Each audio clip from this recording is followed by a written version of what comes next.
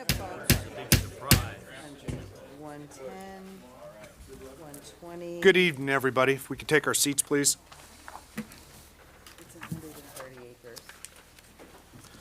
We got a busy agenda tonight, so I'd like to keep the meeting moving. My name is Brandon Stone. I am the chair of the Gettysburg Historic Architectural Review Board, and I'd like to call this meeting to order. And start with introductions. Assisting us tonight from Borough staff is John Whitmore, who is the Borough Code Enforcement Officer, Planning Officer, and Historic Preservation Officer. To his right is Karen Mesher. She is acting as HARB's administrative assistant tonight. To my right, your left, starting with Ms. Stephanie Shara, Mr. Paul Witt, Mr. Joe Edgar, Mr. Gary Schaefer, Ms. Suzanne Christensen, and Mr. Kim Spittler. I'd make a note that all members are present.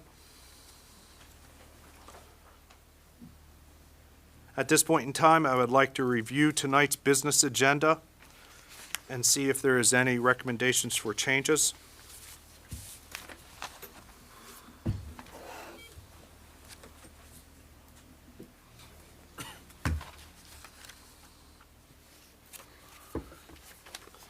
I do have one clarification I would like to make, Mr. Whitmore. Item 7A, 312 Baltimore Street, Ted Hurt. I see Mr. Hurt is present tonight. We realized in our packet, as dense it is, it actually does not contain any information related to Mr. Hurt's project. So we'll have additional information available once we get to that item for just visual. We didn't have. You do have material, though. We do. It's just not, it wasn't included in the packet, unfortunately. So that's something. Okay. If any commission or board members would like it in a printout of this material afterwards, we can have that ready directly following the meeting. Thank you. That was my only question. Are there any other questions by the board at this time? So that information makes this just a review? It's not something to vote on? That's correct. The item, there's going to be a suggestion tonight for an item that will appear on the June meeting agenda. But the item that is under the consent agenda, item D, is exclusively just for the emergency repair for the Yes. excavation. Perfect. Are there any other questions of the agenda? Hearing none, I'm looking for a motion to approve the business meeting agenda for May 20th. So moved. Moved by Mr. Witt. Is there a second? I'll second. All in favor? Aye. Motion passes. Next, item 2B, motion to approve meeting minutes from April 15th. I provided Ms. Mesher update a copy of my comments. Are there any additional corrections? Hearing none, I'm looking for a motion to approve the minutes. So moved. Moved by Mr. Witt. Second? I'll second it. Seconded by Mr. Spittler. All in favor? Aye. Aye. Motion passes. At this point in time, I would like to open the podium up for public comments. If there are public comments for items on the agenda or not on the agenda tonight, please feel free to come to the podium. Good evening, sir. Thank you. Can you hear me? Yep, thank you. Better before. I think it's off now. Yeah. Green light's on. Is it on now? Okay.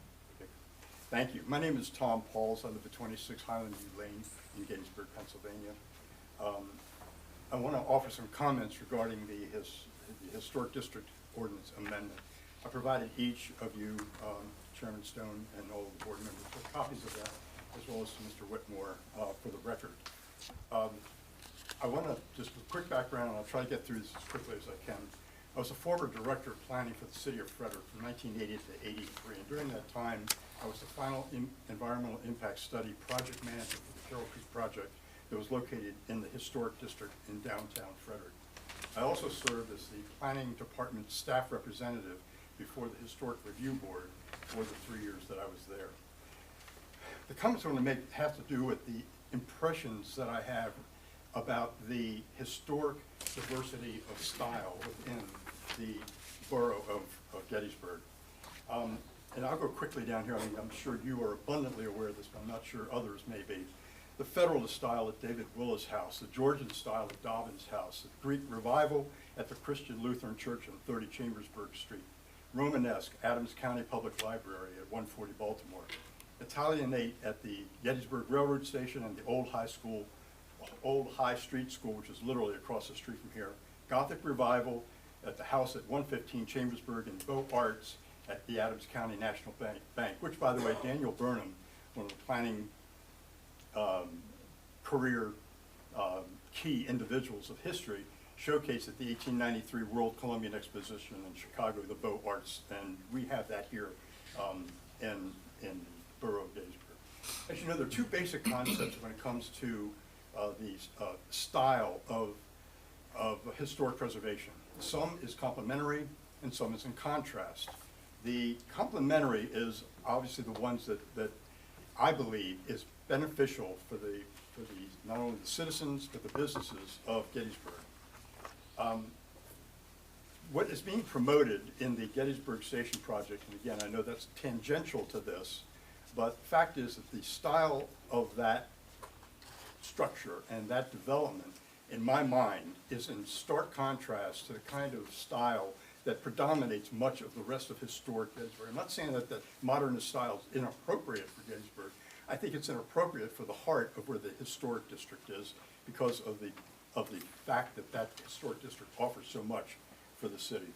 So for the solemn character that defines Gettysburg Historic District, I support the notion of complementing the historic architectural design.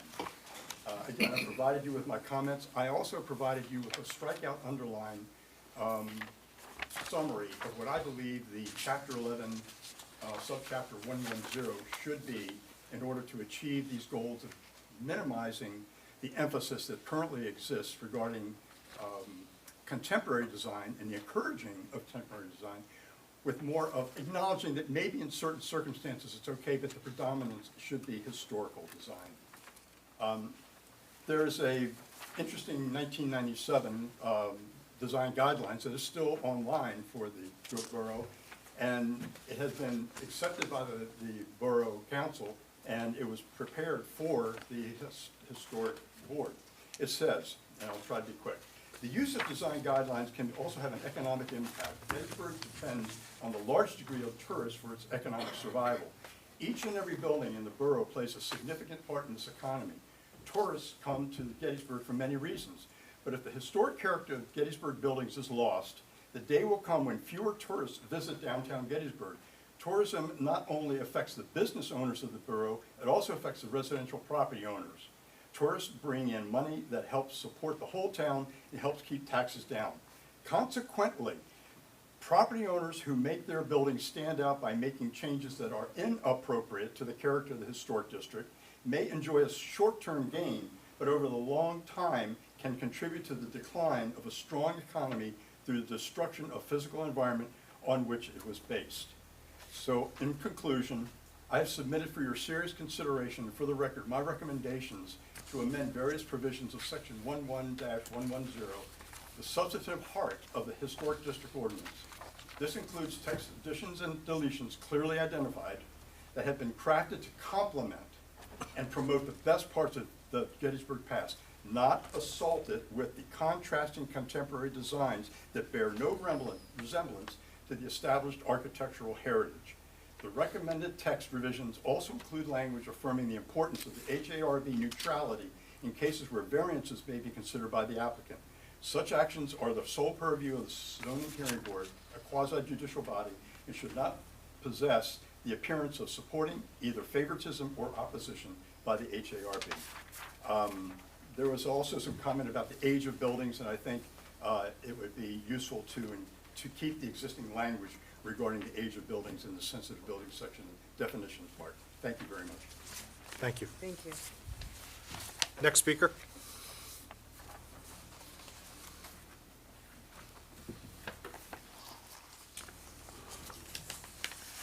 I'm Susan Sipperly. I live at 314 North Stratton Street in Gettysburg. I look forward to John Whitmore's presentation about the proposed changes to the Historic District Ordinance. I'd like to also know what the review process will be. I do have some comments regarding the current draft definitions. Sensitive building, the way it's written, eliminates any building constructed after 1927. It's quite possible to have buildings with unique historical significance or architectural style that are 50 years old or more, as currently is the practice. They need to be included in this definition if they are in the historic district. It appears that all HARB review of signage is eliminated. This is commendable. Proposed membership of the board in the draft says the board should have an architect and a licensed real estate agent. That does not comply with the Pennsylvania Historic District Law, which says shall in both cases. An architect especially is extremely important to a HARB board's understanding of the proposals under review. I provided excerpts of the ordinance and of the state law. Powers and duties of the board. There was a contentious occasion during 2025 when there were just not enough members present. There were just enough members present to be a quorum, but the vote was not unanimous. It was like 2-1. This is in the state law, so it's proper to include it in the proposed local ordinance. The ordinance, both the ordinance and the law, says a majority of the board shall constitute a quorum, and any action taken at any meeting of the board shall require the affirmative vote of a majority of the board. In other words, unanimous. And there was an example of that this past year, but it's in the law. Additional powers and duties of the board. One of them on the list is to prepare a list that should be updated as needed, or at least annually, of buildings built in the last 50 years that are exemplary of various architectural styles and sites of later historic significance. This contradicts the idea back at the beginning that sensitive buildings only should be considered if they were built prior to 1927.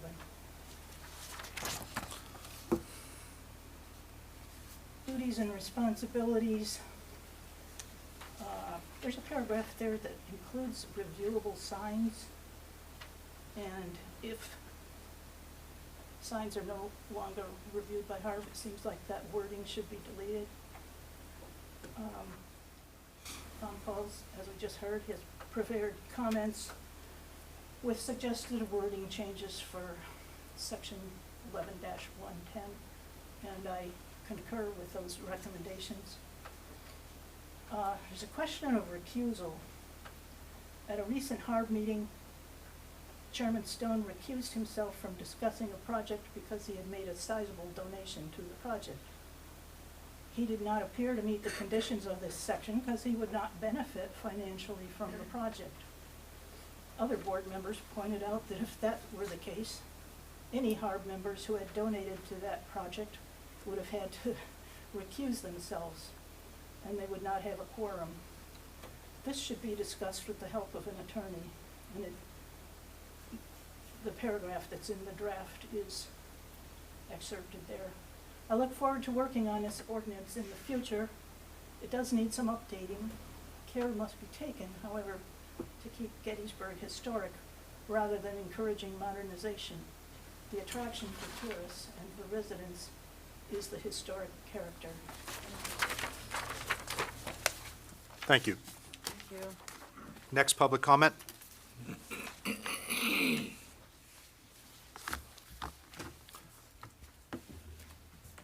Seeing none, we'll close public comment period. Next on the item 4 on the agenda is a consent agenda motion to approve. Last year, Gettysburg Historic Architectural Review Board implemented a new consent agenda process. This process allows for expedited approval for projects that comply with both the Gettysburg Design Guide and the Department of Interior's Secretary's standards. The projects listed tonight, while larger than a minor project, fit in these categories. Has the board had an opportunity to review the consent agenda items, and are there any questions or concerns?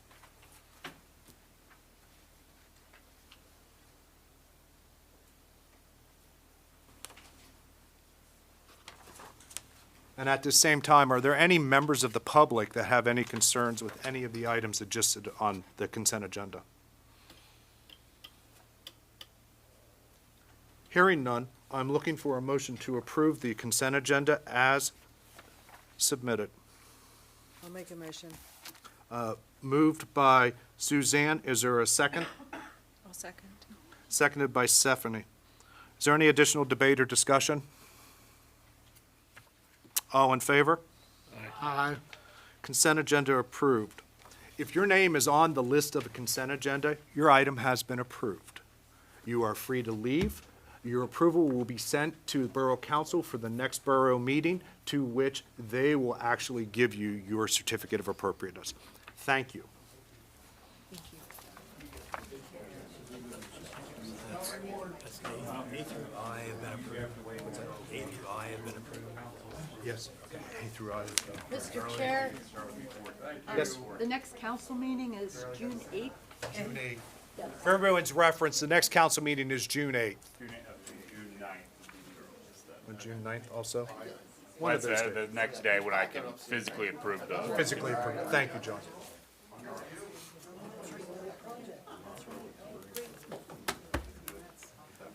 Oh, that thinned everybody out a little bit.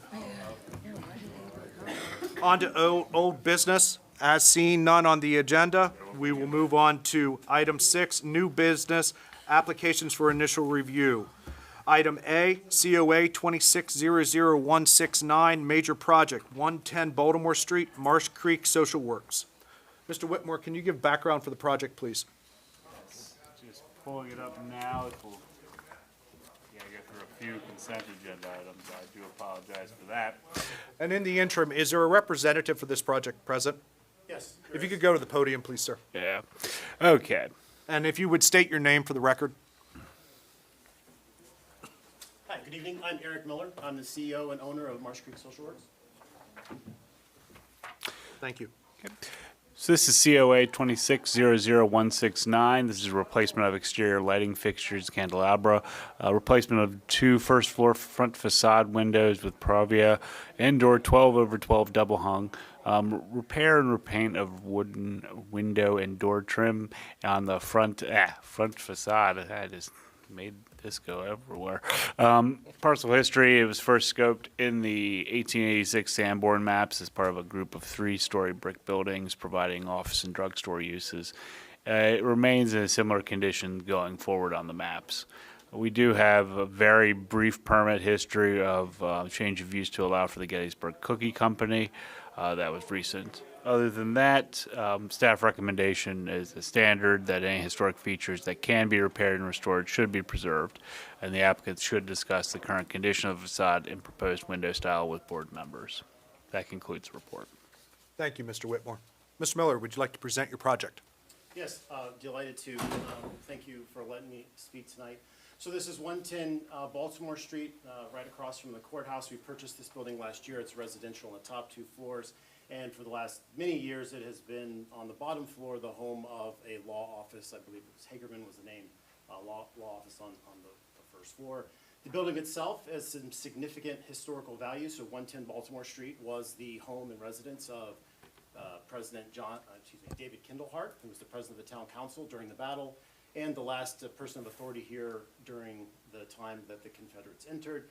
It was Kindlehart who exchanged letters with General Jubal Early as he came north of town, and Kindlehart famously refused his ransom of shoes and clothes and so on and so forth.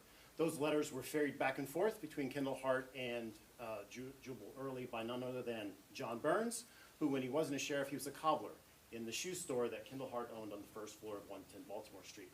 So I don't know if that story is told on the ghost tours, but we intend that it become told on the ghost tours, and so we've tried to restore the inside as we renovate that first floor from law office to a retail space for the Gettysburg Cookie Company. For those of you familiar with the Gettysburg Cookie Company, it is a historical company, right, in the nature by naming all of the cookies after elements of the battlefield. We hope to be open by next month, but there are some things in the front of the building that we'd like to do to make it more attractive and a little more modern and comfortable for customers, whether they be residents or tourists. So you have these lamps up here. My father-in-law is a lawyer in this town, so I think there's some backstories to why this building probably has the largest carriage lights in town. But it is clearly our goal to kind of replace those with something a little bit more sustainable. In fact, one of those doesn't even work anymore. They're very expensive to keep lit. So here I've shown you the exact specimen, the model of the carriage lights that we'd like to replace those front two with, still be on a switch from the inside. They're much more in keeping with the size and likeness of those that are the neighboring buildings. These are windows, so those are very large windows out in the front. When we purchased the building last June, we discovered that the previous owners had already purchased these custom windows from Schmucks, but they had not yet been installed. So we merrily went our way and began to want to install them, and then I think engaging with the HARB, we realized that no permission, or had no permission for those things to be installed. So they've just been hanging out, being moved all the place while we do construction, and so my request is to replace those windows. The current windows that are in there, they're leaky, they leak air, they leak heat, they leak cool, they're not very safe, they don't open very well. This would correct all of these and be much more aesthetically appealing from their side. So the windows replacement is the second thing.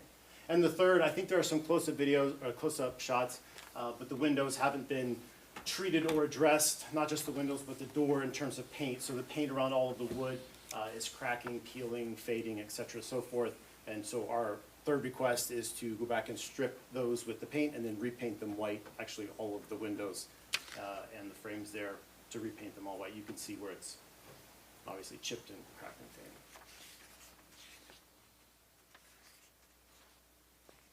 Thank you. At this point in time, I would like to open it up for board members that have questions of the applicant. Please stay up there if you would, please. Ms. Shara, have any questions of the applicant? Mr. Witt? Are you replacing all the windows on the front? No, sir, just those two main ones on the front, on the first floor. Okay. Mr. Edgar? Do you think that they didn't bring those windows to HARB because there was a possibility they wouldn't be approved and that's why they were never put in? I don't want to speculate on the intentions of the folks that we bought it from. I don't know if they got permission on the lamps either, or anything else, so I can't say. Because usually one of the things we look for in a replacement window is something matching some of the characteristics. While the grid pattern is the same, we like the simulated divided light that, you know, gives a little bit of a shadow line underneath, not something that's sandwiched between the glass. As for the lamps, is there anything out, you already own the lamps? Or is that, excuse me, is that what you're looking to replace with? Do you own the lamp? The lamps that are in the presentation are a little bit more, they are a little bit more modern. Yes. And one of the qualities of you see in this entrance is it's a very heavy, like, kind of in your face lamp because it's so large, because it looks like that gas light, where these do not. I guess if I was looking at a replacement, I'd try and find something that looked a little bit more like what's there. But that's, have you already purchased these lights? Yes. Okay. I don't have any more questions. Mr. Schaefer? Yeah. I don't have any, I actually have no issue with the lamps. I do have, I've tried to assess whether those two windows on the first floor have any original connection or how old they go back. I looked at them and to me they looked salvageable, readily salvageable. They are single pane, but they have a very delicate mullion strip and with detail. And today I was there walking by again looking and they were open. And yes, they need painted, but they did not look to be in bad condition if they were sanded and painted. I don't know if they're original. I had the good fortune of knowing Mr. Hagerman, who was quite a character. And I know that, of course, the brick facade is not original. The brick facade was added. The bay windows are not original. Mr. Hagerman told me a story of a bay window salesman who hit town, and he bought those two from him, and he said everybody up and down Baltimore Street was buying these bay window units to put on their buildings. And I think there was much more credibility in that than I originally thought. The building, so you have the windows up above, which I'm pretty sure have been replaced with 1/1s. I don't know why he kept the multi-pane windows on the first floor. I'm reticent. As hard as we have fought to keep original windows, particularly at the pedestrian level and with the shadow lines, I personally have difficulty with recommending approval of the replacement of these with the, I blew up the information online, and they just have the grills between the glass, which is a very noticeable difference when you're at street level and walking. Less so when you're looking at a building from some distance or from the ground and looking up at its upper story. Does the door change? Okay. That's actually, to me, the thing that's, along with the lights, least congruous to the building. It just, that's not a period door that I think would have been on that building. But there's no requirement to change it. It's just, again, I think some of that entrance was original, but he extended the facade some, bricked in the alleyway between the building that went along the grocer's walk, in the name of making improvements, and I think somehow eliminated some of the style of the original building. But I do have difficulty with approving the replacement windows. Well, thank you, Mr. Schaefer. Ms. Christensen? No, I don't have anything extra. Mr. Spittler? I also agree with you, Mr. Schaefer and Mr. Hecker. I looked at the windows, and the coherence of the building is off. And if we were to approve something, it would want to take the building back to a more unified appearance. And what's being proposed doesn't add to that appearance, in my opinion. And in the absence of something that improves the front facade of the structure, I would err on just leaving things well enough. But now, just hypothetically, if the applicant were to come back with, say, a different set of windows that were, say, full light, that meet our current replacement guidelines that we have, would that impact any of either of yours decisions? 1/1s. 1/1, yes. I think that would be a better looking window than a kind of Provia plastic at ground level with grills between the glass. Okay. I mean, seriously, there are some incongruities. Of course, all the windows have the same width, even the doorway has the same width, Yes. except for those two at the ground. So there was just significant alteration done Yes. by Mr.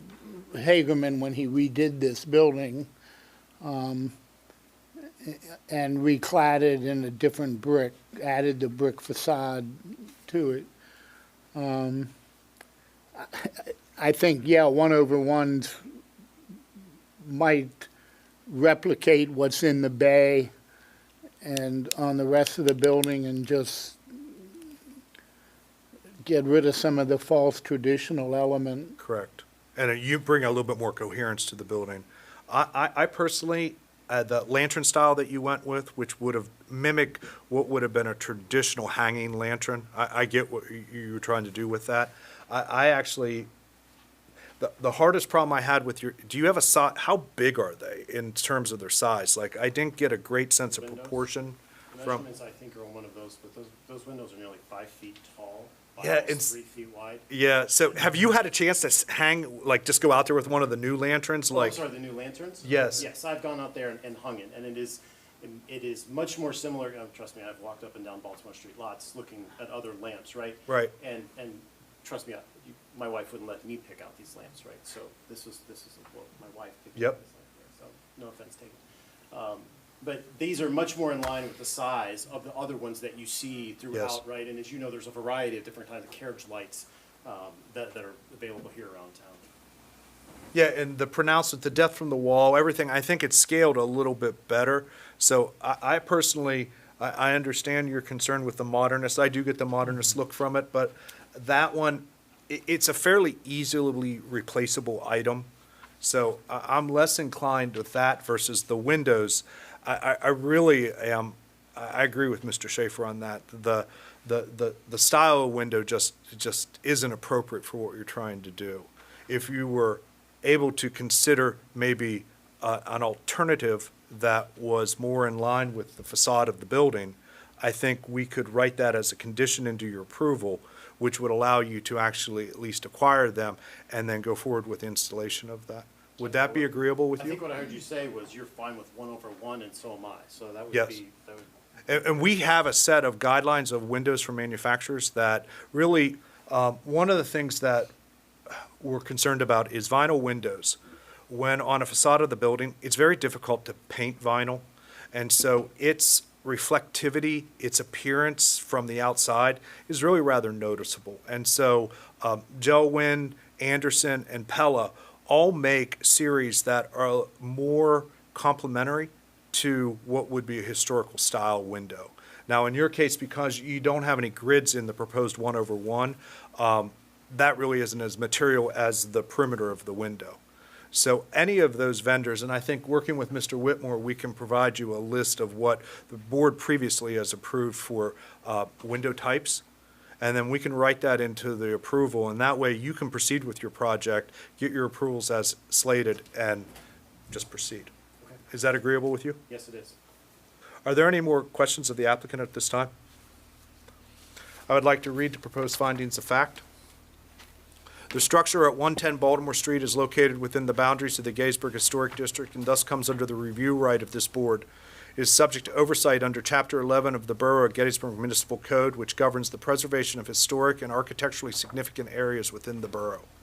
It is a sensitive building as defined by the Borough of Gettysburg Municipal Code, being over 50 years old, and it is a modest example of a late 19th century urban commercial residential row building with restrained Italianate Victorian vernacular influences. The building is a contributing structure to the Gettysburg Battlefield Historic District, first documented in the Sanborn Fire Map in 1886 as a part of a group of 3-story brick structures. It reflects a late 19th century vernacular commercial architecture with emphasizing functional massing, brick masonry construction, vertical window proportions, and limited ornamental details. Characteristic features include a flat facade, symmetrical fenestration, and projecting bay window oriel, elements commonly associated with urban vernacular commercial row buildings. The work is considered a major project with modification of a contributing structure including replacement of exterior lighting fixtures, candelabra, replacement of 2 first-floor front facade windows, and repair and painting of the front wood door at the time on the facade. Oh, geez, copied that straight from the application. A repair and repaint of the front door. The property is viewable from the public way of Baltimore Street. The Secretary of Interior's guideline standards and Gettysburg Design Guide both play a crucial role in our historic preservation process. Please consider the following. Standard 2, retention of historic character. The proposed work should preserve the building's historic appearance and maintain character-defining architectural features visible from the public right-of-way. And Standard 9, Any new lighting fixtures, replacement windows should be compatible with the historic character of the structure in terms of scale, proportion, material, visual, finish, and visual appearance. At this point, is there a motion by this board as to the issuance of the certificate of appropriateness to Borough Council for the proposed work? Are there any additional conditions this board would advise be added to the application? I'll make a motion with the suggested changes. Okay. Motion by Suzanne to approve the request with the condition that replacement windows will be 1/1 or full light windows of the provided styles. Just one question. Yep. So I know we've had issues in the borough of, we've approved windows, they haven't gotten in. How do we figure out which window, just so it isn't a cheap 1/1? So Like I, which style? I think we can put into it that Mr. Whitmore, that would it work if we just specifically select the vendors that we have had relationships with in the past? And we have had great success with Gelwind Series 5500, Anderson Series 400, and the Pella Lifestyle Series, I believe, all of which have been demonstrated throughout the town. And I think if we could provide that information to Mr. Whitmore, and would it be possible then communicate that to the applicant? I think with what we had, with what was just discussed, having those brands, we can say we're similar, Okay. and then that should be sufficient. That Windows will be 1/1 or full white. I'll wordsmith this next. So I have a motion by Suzanne. Is there a second on that? I'll second it. Okay, and a second by Kim. Is there any additional discussion? Does that approve the lantern fixtures? Yes. Or not? So in the scope of work, they're requesting for exterior lights, fixtures, replacement of the two first floor windows, and then repaint the front door. And then we're going to put a stipulation that the windows will be 1/1 full light of the selected manufacturers, Or the originals maintained. or the originals maintained. Nothing, that can be done anyhow. That can be done anyhow. And you do understand that. You can also just keep the windows you have. I do understand that. Okay, I just want to make sure. Okay, so we have a motion and a second. Is there any more debate? Hearing none, all in favor? Aye. Motion passes. Thank you, Mr. Miller. Thank you all. Have a good night. Hey, just as a side note too, I'm not sure if you're aware of the architectural salvage yard that is in the Daniel Lading Farm. Adams County, they take surplus materials. And so, now granted, your lanterns are rather substantial. I imagine you have plans for them, but I know that would be a very generous donation to them. Thank you, Mr. Miller. At this point in time, we'll move to item B on the project COA 2600196, Major Project 59 South Street, Karen Von Hagel. Good evening, ma'am. Aye. Mr. Whitworth, could you provide background for the project? So good evening. This is COA 2600196. Remove and replace 15 windows with Provia Indoor EN600 series double hung no grill white vinyl windows. Remove 4x6 rear porch and back door. Replace siding with same clapboard and paint and same color as structure.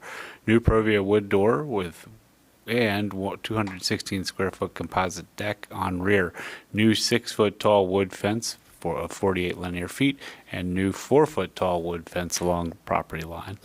The parcel was first scoped on the 1912 Sanborn maps as a 2-story wood frame structure with shingle roof and attached 1-story porch and with composite roof material. We have a building permit from 2024 for the replacement of 6 windows, 2 on the first floor and 4 on the basement level. That was COA 240104. Standard staff recommendation regarding considerations. In particular, the applicant should discuss the current condition of the facade and proposed window style with board members. That concludes the report. Thank you, Mr. Whitmore.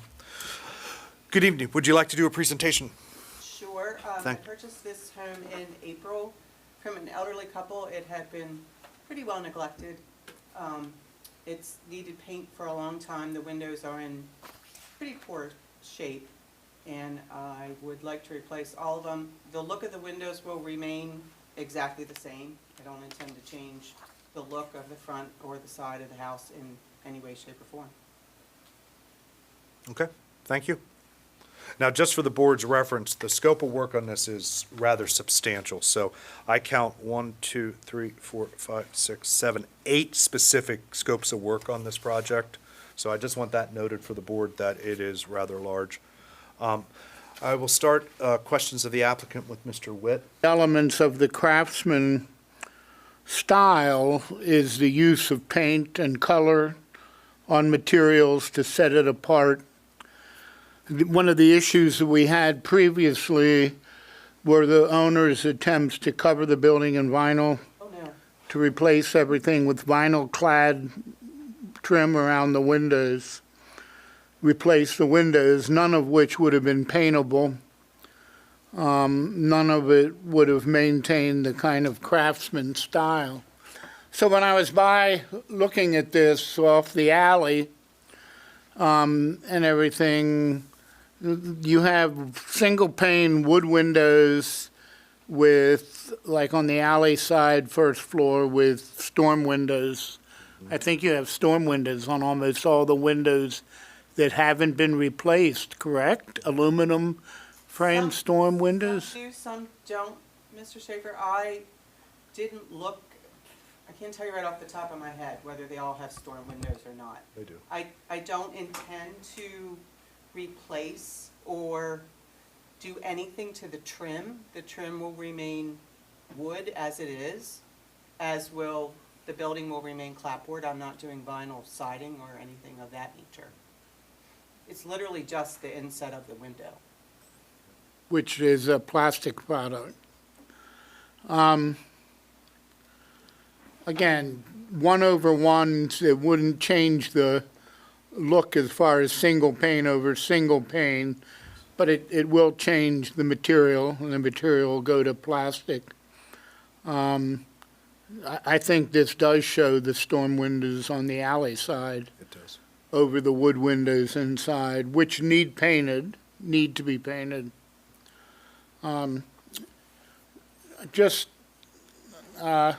Not sure that I'm ready to vote for replacement windows all around.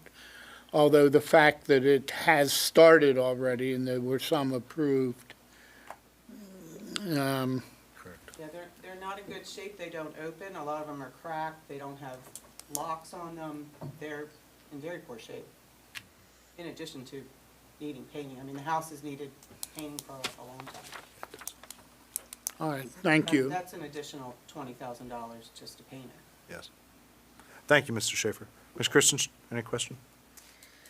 I don't think so. I mean, it looks like mostly everything except for the windows is wood to, same to same. It's gonna stay the same. Same to same. Yeah, I'm not looking to do anything else in vinyl. Everything else will be painted.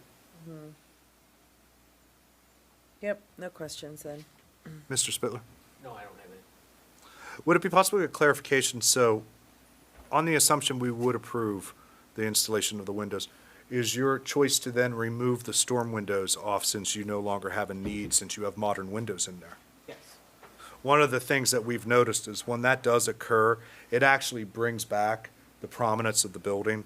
The storm windows tend to mute the structure a little bit. They soften the trim around the windows. And I was trying to envision, I like Mr. Schaefer and the applicant before, we really don't like using vinyl windows on these old houses, right? And so we do have other vendors that have wood windows, but typically they're also vinyl clad on the outside and they're color matched. And because the trim of the building is white, the vinyl that they're proposing, the Endure series, we have used them in a number of other products in town.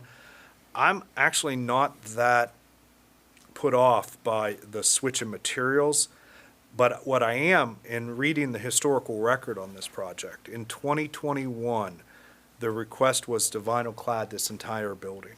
And so your willingness to actually scrape paint, restore, and actually preserve the exterior of the structure, I see that as a greater win on the property. That was the first quote I got, yeah. I have no intention of, yeah, I don't like vinyl. Yeah. The challenge I see you potentially having is, John, you had a photo of the alley.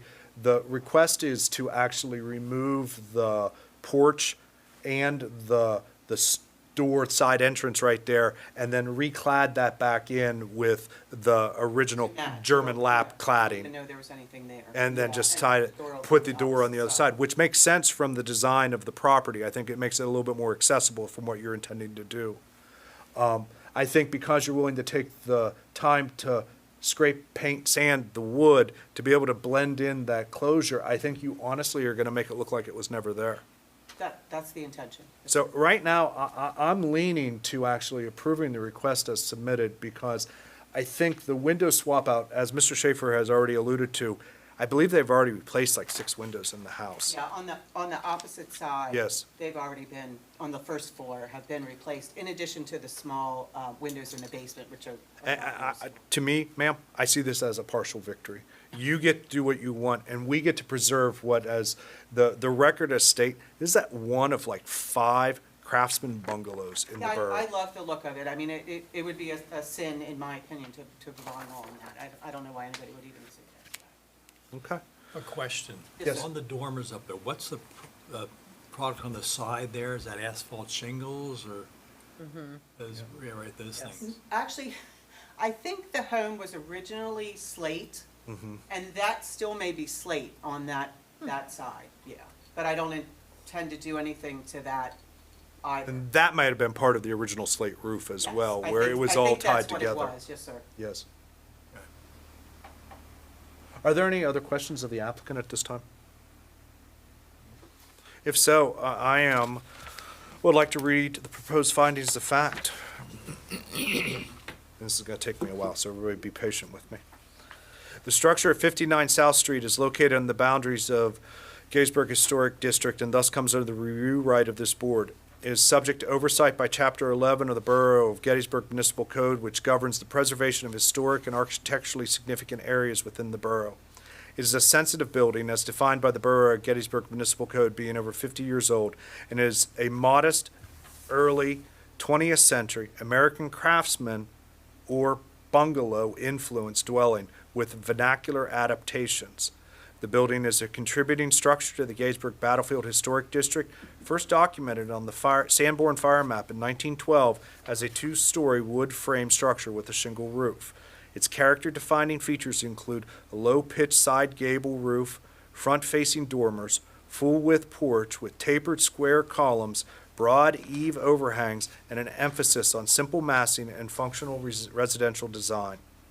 The proposed work is considered a major product with modifications of a contributing structure or property, including replacement of 15 existing windows with Provia and Door EN 600 series full light white vinyl double hung windows, retaining existing window opening size and wood trim, removal of the existing rear door and porch located on the east side of the structure, replacement and restoration of the existing siding and clapboard material as proposed, painted to match, installation of a new Provia final fiberglass wood grain rear door and with clear glass on the west elevation, construction of an approximately 216 square foot rear composite decking with approximately 15 inches of elevation grade, construction of approximately 48 linear feet of 6-foot tall pressure-treated wood fencing along portions of the west and north property line, construction of approximately 18 feet of 4-foot tall pressure-treated wood fencing with a gate along the northeast side of the property. Installation of new HVAC unit on the west side of the structure behind the proposed fence. The property is viewable from the public way of South Street and the alley behind it. With anybody knows how to say that alley, Common alley? No, this is Schmalefenning. Oh, all the way back, Schimmelfenning. yeah. Schimmelfenning, Schimmelfenning. that's it. That was a conversation to dinner the other night, how to pronounce that word. Schimmel. So I left it blank on here. The Secretary of Industry Standards and the Gettysburg Design Guide both play a crucial role in a historic preservation process. Please consider the following. Standard 2, retention of character. The proposed work should preserve the building's historic craftsman bungalow character and retain significant architectural features, including the original clapboard, trim detail, windows proportion, porch elements, and dormers.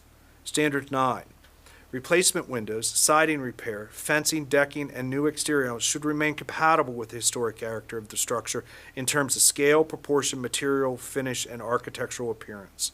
At this point, is there a motion by this board as to an issuance of certificate of appropriance to the Borough Council for the proposed work? Are there any additional conditions this board would advise be added to the application? I'll make a motion. Moved by Suzanne. Is there a second? I'll second that. Seconded by Mr. Witt. Is there any additional discussion? Hearing none. All in favor? Aye. Any opposed? Motion passes. Thank you, ma'am. And again, Very thorough. very thorough. Yeah. As a project manager. Borough Council receives our recommendation at the next Borough Council meeting, which I was told was June 8th.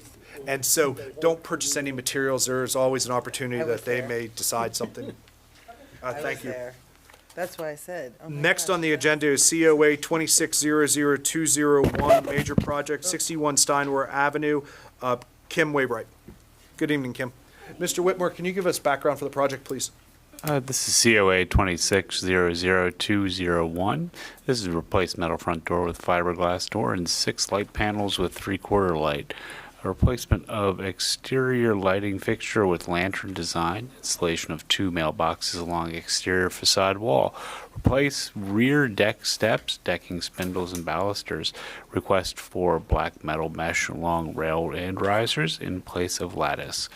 The parcel was first scoped on the 1902 Sanborn maps as a 2-story wood frame dwelling with a slate or tin roof. The structure grew by 1907 to include additional rooms on the rear and 1-story front porch, and remained in a similar condition in 1912. We have a permit history for gutters and re-roof at prior application this year. Once again, staff recommends that any historic features that can be repaired and restored should be preserved. The applicant should discuss the current condition of the facade and proposed window style with board members. That concludes the report. Thank you, Mr. Whitmore. Good evening, Ms. Waybright. Would you like to give us your presentation? Sure. We discussed the new front door a couple months ago, and I was able to find a door I believe is a little better. And then I just want to replace the light next to the front door. There's a single light and mailboxes. There's the 3/4 door. Yep. Black door. The light. And the light on the picture will be a little smaller than that. That's actually bigger than it. The picture on the left, what you're saying, but the Yes. picture on the Yeah, right yeah, is that's the like light. bigger than it actually is. Yes. Yeah. And then there will be 2 mailboxes there instead of Yes. 1. Okay. As if I can get away with just one, because there's an apartment up top. Right. But I gotta talk to, I just want one if I can, so. Yep. Away from the- And the next picture has the 2. Yep. They would just be stacked. Yep. And then on the back, it has like a vinyl lattice on it right now that's very broken and falling apart, and it's missing some of it, and Yep. so I just want to replace that with metal. And I would prefer the grid, like a wire mesh. Or I also have a spindle picture on the next page, yeah. Yep. Just to see, like iron spindles. And it will not be a wood like that, it will be a painted, To match the previously approved trim colors that you were doing. yes. Yeah. Yeah, Very tasteful, very tasteful. Thank you. By that, do you mean, should that be like a white color? No, Or a because in cream. your previous proposal, you actually went with a black trim, if I remember correctly. Yes, so I should paint the whole thing black, you think? What do you want to paint it? I was gonna make it look more like a brown, like a wood, Oh, like that. Because We don't re- it's green right now. Yeah, we don't require colors. Yeah, Okay, so it doesn't. I just assumed that you would match the trim pattern I of the might, house. I haven't decided yet, so. Yeah. Didn't even put that on there because I wasn't sure. Yeah, absolutely. And it's gonna take, that pressure treated decking's gonna take a year to dry out before you can even paint it, so. And Okay. it's south facing, so that Yeah, it's in the back. black would Yeah. be, I know, like, I don't know if can do black because it's gonna be hot. it'll be too hot. Yeah. Okay, thank you. You're welcome. At this point, I would like to open up questions. I believe we are gonna start with you, Mr. Edgar. I don't think I have any questions. I think I'm okay with all this stuff. Do you have a preference between the spindles versus the mesh? I liked option 2 with the spindles instead of the mesh. I Because think it was very nice for you to provide both of it. It's I very learned thorough. from last time. Yeah, Yeah, I think, well, both will, the mesh almost looks invisible. it does. I like the kind of prominence of the spindles in the deck itself, or the railing itself. I was thinking more in terms of, we'll probably have a tenant up there, so if there's kids, I just like the closeness of, like, a safety thing of the wire mesh. I mean, they'll both be to standard, so. Right. I have questions. Mr. Schaefer. I have no issue with the grid. I was trying to look at the one on West Middle Street today where we did the 3 stack decks and we have the black.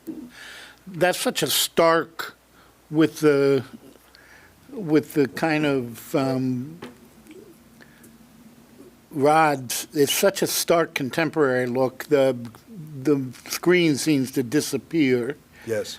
A black screen would just look less visible. I don't know. So that would be my preference. I don't think I have an issue with either of them, and I like the light in the door. Yes. It's presented. Absolutely. Thank you, Mr. Schaefer. Suzanne, do you have any additional questions? No, I think it's just hard to see the mesh. Yeah. Well, I mean, physically in the picture, it looks. And I think that's but true. I think that is absolutely I true. think I like option 1, but it doesn't matter, both are fine. Yep. Yeah, looks great. I Mr. love Spittler? the door. The only thing I have with the You helped mesh, pick that out last time. the only thing I have with the mesh is you're concerned about maybe children up there. It's easier for them to climb that mesh than a baluster. Oh, I mean, the code doesn't state it anymore that it can't be a ladder effect. They took that out of the 2009 code. Yeah. But it does create a way for them to climb that rail a whole lot easier than just a straight baluster. I didn't even consider that. This is why we have a building inspector on the board. Ms. Scher? The only question I have is the mailboxes that you've chosen out front, the photo that you have, are they to scale with how No, big they they're a are? little smaller than that. Okay, Yeah, good. do They look seemed on that huge show. compared Yeah, to they're the, really huge. It did the right, lights like that too. right, AI generated, that's what you get. right. No, that's all I have. Mr. Witt, any questions? No? I actually don't have any questions either. I am comfortable with either mesh or railings. I would defer to Mr. Spittler's observation that may make more sense for that. But either I think are attractive. I think the door is complementary to the facade. I think it's a great project. I'm looking forward to seeing when it's all done. We'll get you back here next year for the award ceremony. Are there any more questions of the applicant? Hearing none, I would like to read the proposed findings of fact. The structure at 61 Steinway Avenue is located within the boundaries of the Gettysburg Historic District and thus comes under the review right of this board. It is subject to oversight under Chapter 11 of the Borough of Gettysburg Municipal Code, which governs the preservation of historic and architecturally significant areas within the borough. It is a sensitive building as defined by the Borough of Gettysburg Municipal Code being over 50 years old, and it is an example of late 19th century vernacular frame building adapted for commercial use. The building is a contributing structure within the Gettysburg Battlefield Historic District, constructed in 1902 as a 2-story frame dwelling.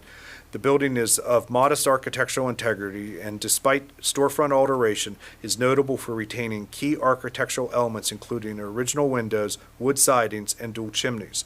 It has a strong sense of form, scale, and materials, contributing to an urban commercial streetscape on Steinway Avenue. The proposed work is considered a major project with modification of a contributing structure including replacement of metal front door with fiberglass 6-light panel door, replacement of exterior lighting fixture with lantern design, installation of 2 mailboxes along the exterior facade wall, and replacement of rear deck steps, decking spindles, balusters. The property is viewable from the public way of Steinway Avenue and Court Alley. The Secretary of Interior Standards and the Gettysburg Design Guide both play a crucial role in our historic preservation process. Please consider the following. Standard 2. Replacing a non-historic metal door with fiberglass door and lighting brings the structure closer to its documented historic character. Standard 9, which allows for new additions that are differentiated yet compatible. And Standard 10, new construction should be reversible without impairing the historic integrity of the primary contributing structure. At this point, is there a recommendation by the board as to an issuance of a certificate of appropriateness to Borough Council for the proposed work? Are there any additional conditions this board would advise be added to the application? I'll make a motion, we approve the. Motion made by Mr. Witt. Is there a second? I'll second. I'll second. Seconded by Mr. Edgar. Is there any additional discussion or debate? Hearing none. All in favor? Aye. Motion passes. Question Thank for you, Ms. the- Waybright. Have a good night. Question for the chair. Is it option 1 or option 2, or is she gonna decide which option? That's a good question. I didn't specify it verbally, but on my I stated on here requesting black metal mesh along the rail and risers. So it's gonna be option 1. So that's a good question. Do we want to put a condition that the applicant could do either option 1 or option 2? Yes. Okay, so can you make a motion to approve that again? I'll make a motion, we change it to. It's a those condition, options. either option 1 or option 2 is acceptable. The motion made by Mr. Witt. Is there a second? I'll second. A second by Mr. Edgar. All in favor? Aye. Thank you. Oh, the motion Okay. passes. Either option. Thank you, Karen, for keeping us honest. Option 1 or option 2. Next applicant is Mr. Edgar himself, so I believe he is going to be the presenter. Yeah. Item D, COA 260023, Major Project 31 Buford Avenue, Snyder Design. This is COA 2600203.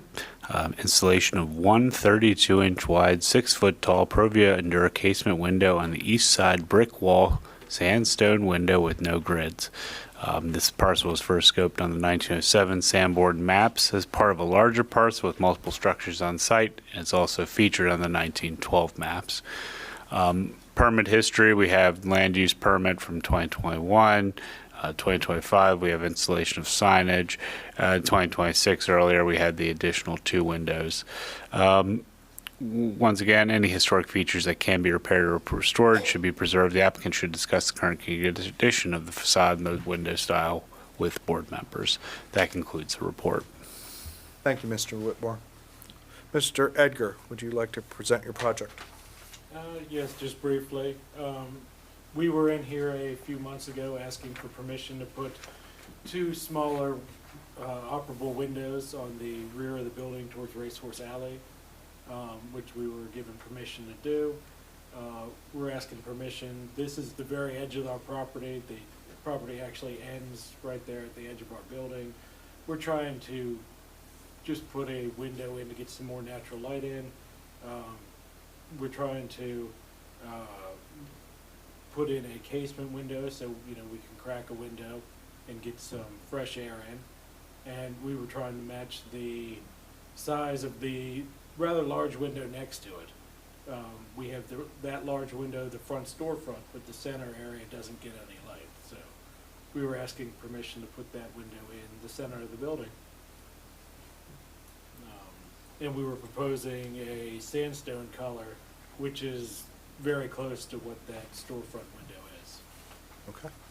Thank you, Mr. Edgar. Mr. Schaefer, do you have any questions of the applicant? No, I don't have any questions on the design, but I guess it looks on the maps that we were presented like that wall is right on the property line. Do those window openings, are they allowable? In a fire-rated wall on the line? I mean, I can't answer that. I don't honestly know how much opening you can put in a, What does that mean? Yeah. you have a wall, a party wall right on a property line. There's a limit to how many windows you can have opening on that. Because it goes in the airspace? No, because Close it, to the property line. Anything, actually, there's setbacks, so if he's at a zero property line, there's a requirement of how much glass you can have for fire rating. It's a percentage. so that you don't spread fire to the next From- to the neighbor. property.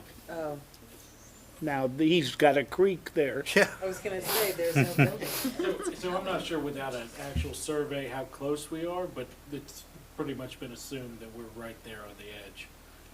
That's why from the previous property owner hanging his unit up on the building, Oh, as you can see, we're very close, so.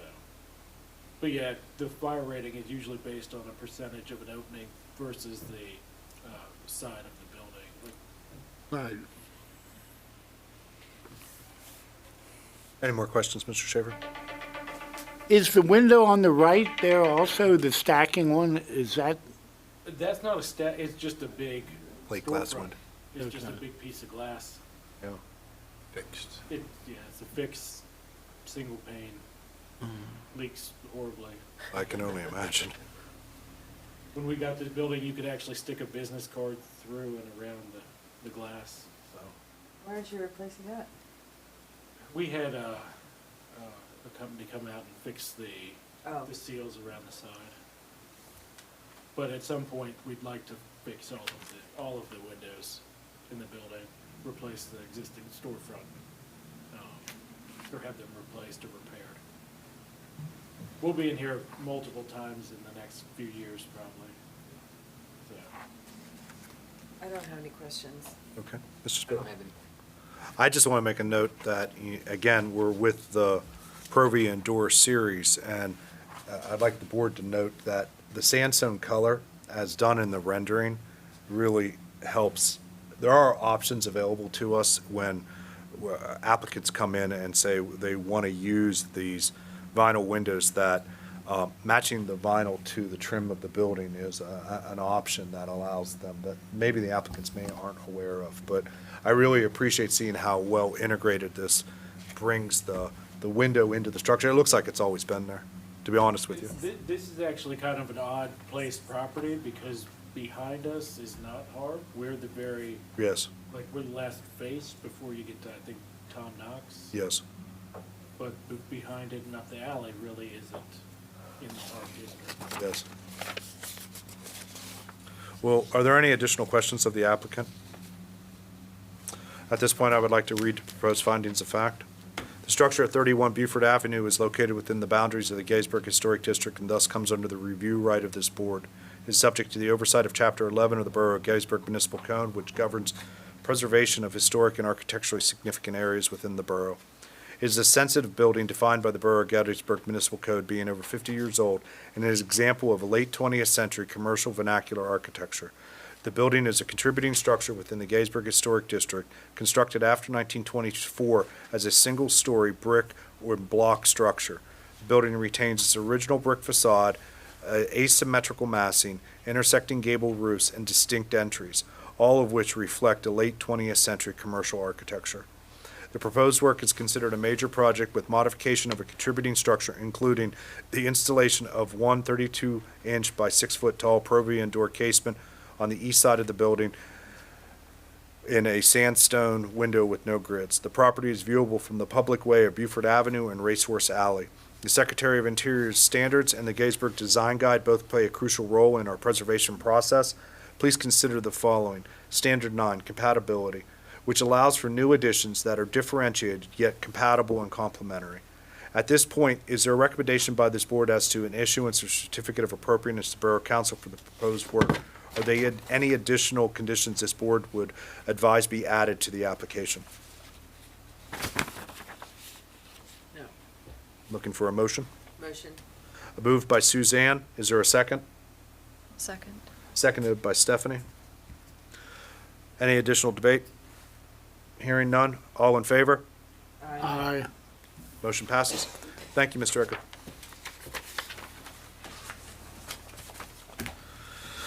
Okay, at this point, that ends our regular business agenda. We are moving on to item 7, a conceptual review. Mr. Hurt, would you go to the podium for us, sir? Mark, why is Mark, what are you guys waiting? We missed the time, or the reason you guys could leave. I think he had just a question. Apologize, yeah, so in the consent agenda, Oh, yeah. those projects, because they just conform to our standards, we just approve it to fast track things. And avoid people from sitting in the meeting all night long. Yeah. That was interesting. I do have a question. Okay, sir. The original idea was to just repair some of the damaged boards. Yes. When we got in there, now, Right. it's a huge project now. So in order to get the administrative approval, I put in there all wood, Right. and that didn't happen. So now we're here today. So what would be involved in requesting to use a composite porch flooring that's not seen from the street instead of the wood? Which I would don't be last longer, and I wouldn't need to paint the grooves and save it. So- Absolutely. I don't think anything's involved. I think your approval from the consent agenda authorized that. That's cool. Yeah. Because we stated wood, Yes. so that we wouldn't have to come in maybe and do this review. Then in that case, it shouldn't even been on the consent agenda. It should have just improved administratively. But Yeah. because it was on the consent agenda, we've taken to structures that are rear-facing, not highly visible, the importance of whether it is all wood for decking or composite is starting to lose its criticality. And so, the big things to keep in mind, you can't change the size of it, you have to conform to the structure Oh, that yeah. you have there. And of Well, course, the any, roof's very short. Yes. We're limited. yeah, absolutely. I apologize, we missed you when Oh, we no, I thought announced we had the, those. What was the Our address? mistake, yeah. I have a question. 404 Baltimore. Suzanne, what's your question? Well, so, wait a minute, this is the porch that's all along the side of the building. Yeah. And you're saying if it's not wood, it's just okay? I'm just asking. I don't think we do that. If it was wood for wood, Right, that's okay. It's main visibility. right. So this does not even have to do with your project, but if we're gonna say So, anybody can just put a composite deck on, right. doesn't that have to be approved? Absolutely. Oh, okay, so I'm misunderstanding. So, There's deck boards that you make a deck, but in this case, there's composite that interlocks and looks just like. I'm pretty sure they did it up at the 1863 Children's Museum. McLean House they used a very similar composite interlocking deck on the floor up there. But to Suzanne's point, I just wanna make sure I'm hearing what you're saying. yeah, no, and now that you mention it, that all wood replacement of materials in 1863 style, so you're actually changing your application. And the fact that we have a board member that raised a concern implies that, It's not a concern, it's a question.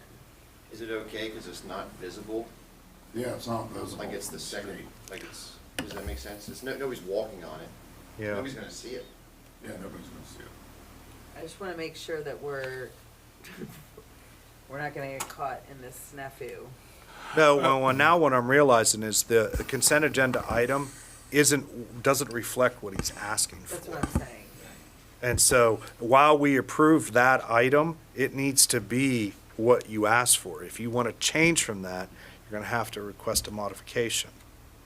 What's involved with that time-wise? It would have to come back to next month's meeting. Oh, yeah. I don't think we'll do that. Yeah. I will add, in relation to that, approved window list, there's a composite flooring called Acre, and it is much more realistic than, say, like AZAC has one that's Right. really good. It's a very good product, but if we're trying to look at what looks like it would be Right. when it's painted and old, Acre's better. Yeah. And Well- it's European Right. in its design, but I used it one time, it was fantastic. I know the McLean house up the street from you, we approved what was a tongue and grooved interlocking composite deck floor for the front surface of that building. And the board at the time did not have any concerns with that. I think what we're looking at here is just your application doesn't reflect what you want to do. And I think I'd have to defer to Mr. Whitmore that the recourse on this is they can't amend the application. Well, they can amend the consolidated land use permit application, but then they would have to come back through the Historic Architecture Review Board to receive Change approval the for composite material type decking. And that, excuse me, you that guys would are- be a major project then. Well, and you guys are mid-construction right now, too. John, could they move it It's to a sort new, of falling new down all of business? Yeah, yeah. Nope. Any chance you could just stick with putting all wood in, just to expedite your project? I would like to do that, just to, yeah, to I- make it faster. It's I- his money and it's his time. Yes, absolutely. And given the small square footage of it, I think your depth on that's like 4 foot, 5 foot, something like that. 6. 6 foot, okay. 12-foot long board goes a long way. Unless we can change it right now. Yeah, that's what my question was. We did not advertise that. What's your opinion on that, John? So you did vote to approve the agenda as a consent agenda item. We did. You did already vote to approve the agenda as it appears. That's correct. I don't think the- that's an option. I mean, this is challenging because this is being presented to you after the item's already been approved. That's correct. I think right now where I want to land on this is that your request has been approved as submitted, which means you guys can start very quickly. You're looking at the next board meeting for the Borough Council meeting is less than 2 weeks away, which means that date, you're ready to run with this. I would hate to say it, but to adjust this to an alternative material means you're going to need to put an application in for what would be the deadline of this month, which is May 27th, for our June board meeting, which means it will not be approved until the July Borough Council meeting. Would have to go with wood, because that gets crazy at that time of year. Exactly, you're in the middle of the tourist July season. 13th. Yeah. Yeah.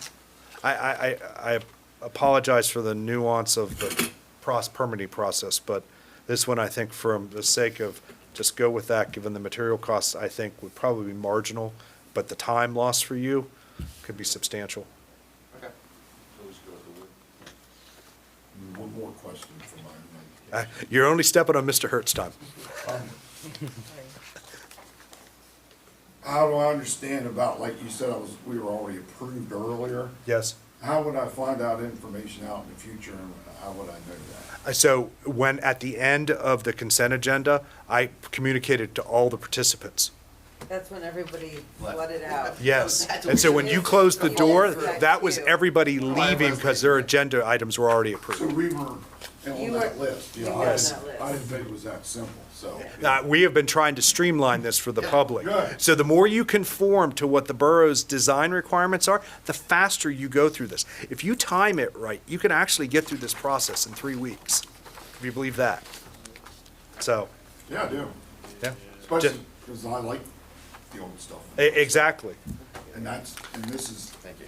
what's there now was not original by any means. It was, Well, I'm looking forward to seeing the project. yeah, it's gonna be tremendous. Gentlemen, thank you for your time. I'm sorry about that. Thank you. Is that satisfactory to everybody? Yep. Okay, at this point, I would like to move on. Mr. Hurt, you are now on the floor. Sorry about that. And thank you for keeping me honest, Suzanne. This is property 312 Baltimore Street, Ted Hurt Future Development. Yes, so thank you very much. I know this was added to the agenda. Apart from the consent agenda, I'm going to ask Darren Hartzell, the contractor, to come up here because I'll be out of my depth very, very quickly. Just by way of one clarification, I am listed as the applicant. The owner is actually an LLC called GARD LLC. Yes. I'm the manager and a co-owner, but just from a standpoint of corporate governance, I'm here as the manager, co-owner. Yep. But as you saw, we had the consent agenda item, which was basically doing the emergency repair to stabilize the foundation of the east-facing wall of the carriage house. And you had photos and pictures on the consent agenda of that project. And then what I think Mr. Whitmore has are actually drawings of two possible alternatives. And I don't know if those are in front of you. They're on the screen, obviously. Oh. And I want Mr. Hartzell to come up here and explain it, because I'm out of my depth. Interesting. And just for my reference, Mr. Hurt, Yes. the one on the left with the doors, that is a replication of what's currently there? Well, what's currently there is no longer there because. I understand that, but that's the historic structure, a mimic of the historic. Structure as of March before this. Understood. disaster, yeah, the doors, the wooden panels looked pretty much just what it was. I mean, you have some photos in there's some photos in the consent agenda that probably look. Yes. Maybe at that, but they're replicas of, that engineering drawing to your left is like a replica. Of what was there we had to originally. take down. Yes. For the emergency. Okay, thank you. Mr. Mr. Hartzell, Hartzell. we want to explain this. And for our secretary's benefit, can you introduce yourself, please? Yeah, Darren Hartzell, Hartzell Home and Garden Services LLC. Thank you.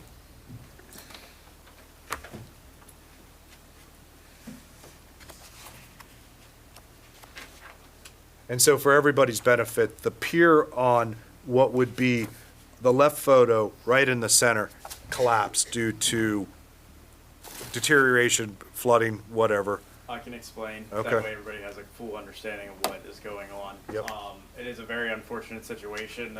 The center wall, which I think John has pictures of, was in the last paperwork. Yes. It was all caused by what we have found to be a pine tree root. Oh. Going in between the foundation and finding a hole and ending up being somewhere around 6 to 8 inches in width or diameter. So when the engineer came out originally from Structural Engineering Resources, Jacob, he was kind of puzzled by the whole situation. We were running chalk lines, string lines, trying to figure out why this brick is heaving out of the building. Yep. It was hard to tell whether it was structural or not, so we drilled some holes. Basically, between all of us, we decided he deemed it an emergency because he wasn't sure if the building was going to fall down or not. Absolutely. So we did the proper shearing that he required, posting in the driveway, putting bracing on the wall. And then obviously with all these old buildings, as we dug, as we removed, we found worse scenarios and such while we were doing it. We thought the beam up top went the whole way through with proper support. Actually find out that the center brick pier in between the window and the door, in between the prior 2 sets of carriage doors on the left and right, was the structural component actually holding the headers up on both sides of the door. It was not one solid beam, and there was no post in that wall at all. So through the engineer's recommendation and Ted wanting to follow the rules, he applied for that first land use permit. John did us a favor with expediting that, getting that through so we could continue with construction. And the engineer actually would not draw the drawings up until we could determine the depth of the footer, if there was a footer, what the foundation was like. There ended up being just a mess under there. His recommendations are on the other page of that drawing, or on the side actually, I think, for repouring a concrete foundation and kind of calling it included as the footer. Ted has decided to go with the original carriage house look as the repair style, and so the brick column will be in the center, and then the materials that we've requested actually are pretty much everything that's already there, and a lot has deteriorated, hasn't been upkept, so it will look basically the exact same way it was before we tore the structure, those sections down to do the investigation, obviously with better material and constructed better and using the proper wood material. What our company uses is a Windsor 1 material that is paintable pine with a treating in the inside of the wood. Windsor 1 was actually on this when we tore it off because they have the writing on the back. Yep. But I think they used the interior version because it was rotten. So we'll have a 30-year exterior rated wood material that will be painted white. The window did not have grids in it, and as we were kind of talking about this, I wanted to make sure I pointed that out, that the engineer put them in there, but you can see in the original photos that like it's just a 1/1. Which matches the house. There's no grids in any of the primary structure either. Okay, you're stating that, or is that a question? I'm looking at a picture right now. Okay, John gotcha. just had it up as well. So yes, there's a lot of windows on there. So when I walked by there, Mr. Hartzell, it appeared that you've actually framed in everything already. Yeah, so for the structural component of the building, the foundation in that drawing is poured. Yes. And the brick pier is in the process of going up. And you have the stud walls already up as well. Those are temporary. Oh, okay. Those are required for, So that's not the temporary finished support. construction. You're at to the point right now where, We're just making sure the building doesn't fall down. okay. And so you alluded to earlier that Mr. Hurt has chosen the carriage store replacement. And so I'm a bit confused. Then you're coming here tonight to ask if there is an alternative to that you want to provide? No. I can ask one. Just to clarify, when I got presented with this problem, Yep. I basically said, well, what are alternatives? And to be frank, not being a layperson, I sort of said, brick is gonna solve what I seem to think is a problem here with this rotted wood. And I want, this problem, I don't want to have happen again. Very serious problem. But I think, based on what you've said and the engineer has said, if we can go back to what I'll call the pre-March construction facade appearance, that is the bays as it was, and use wood, I'm okay with that. I'm just saying that my layman's thing was, this is like a disaster. And you were thinking to brick everything in just to sort of carry everything appropriately? Well, just for stabilization. Not having Stabilization. this happen again to me, yes. Okay. But right now, what you're envisioning is, and what your contractor is probably prepared for, is the restoration of what would be the carriage store structure. Right. Yeah, Okay. and we've addressed most of his concerns. Yes, I bet. With the exterior rated wood being painted, as well as trying to get as much ground clearance. Another problem was why the door rod had nothing to do with the structural failures. Right. The rod actually had to do with the grading of the parking lot all going towards the building. Yep. So when the engineer said you have to dig down at least 4 feet to find out what these footers foundation looks like, we basically just chose to extend the width of that. He was requiring us to make like a 3-foot. We just went ahead and tore the black top out and stuff, because basically we have to create a small swale in the rear driveway so the water doesn't continue to run into Right. the building. We actually do the snow removal. My company does the snow removal for this property as well. Pretty much since you've purchased it, maybe even before. And that's always been a trouble issue. I've instructed our guys to make sure you remove the snow because it's an ice dam. It's going to sit there. It's going to continue to go. And we had seen the rot, and he was aware of it, that it was an issue. So we are just repairing. I want to say, I didn't measure. It's roughly 8 to 10 feet in front of the building to eliminate the infiltration of the water into And shift the grade appropriately. That's correct. Yep. Okay. And then basically, just for clarification, he has chosen that. That's the route that we are going Okay. with construction. Clarification after sitting here, I just want to make sure that I don't delay it any further. So that's kind of like a similar window question. Yep. I know in the past, we have gotten projects approved with the 5500 vinyl.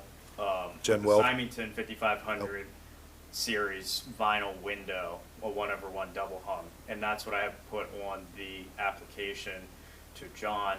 And then I also, when I applied for the application, we were trying to use the original wood door and either make or buy a frame and replace the wood door. My guys informed me that that wasn't going to happen for certain reasons of demolition. Right. So I'll have to refer to John. That I don't know if that needs amended or what we need to do with that, but basically we have on site a fiberglass wood textured white door with the same light in it as that was original. Does it have the 9 light in it? I think that's what the original had. Is that what's in your original photos? I can tell you. I don't know if the photos didn't really. You can scroll up a little. I did not catch the light, the grid Yeah. in the window, or I would have had Jacob fix that. Yes, the original is a wooden 9 light, 3/3/3 with a 2-panel shaker Yeah. style on the bottom. But you have lost that door since. That has been, Okay, well, I think the question to the board then would really be, you're proposing a full light window, 1/1. 1/1, Double hung, Simonton 5500 Simonton series. women, Yep. which I think that complements the structure. And I was surprised when I stepped back how large this lot is.